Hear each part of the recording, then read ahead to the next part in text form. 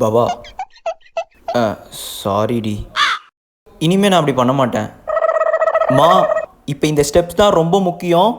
LHS = RHS prove பண்ண போகிறோம். அதான் சாரி சொல்கிறேன்ல பவா.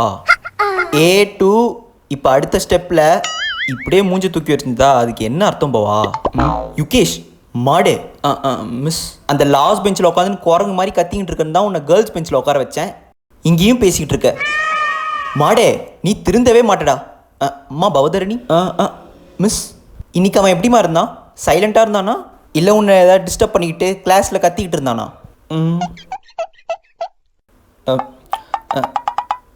டிஸ்டர்ப் பண்ணிட்டு தான் மேம் இருந்தான். அதானே, ஒரு எரும மாடை கூட 2 அடி அடித்தா ரோட்டுக்கு ஓரமாக நடந்து போவோம்.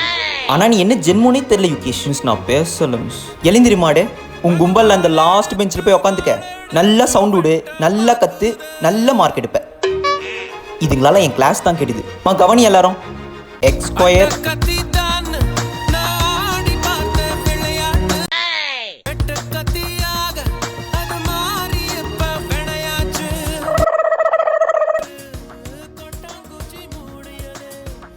போகிறோம் மிஸ்.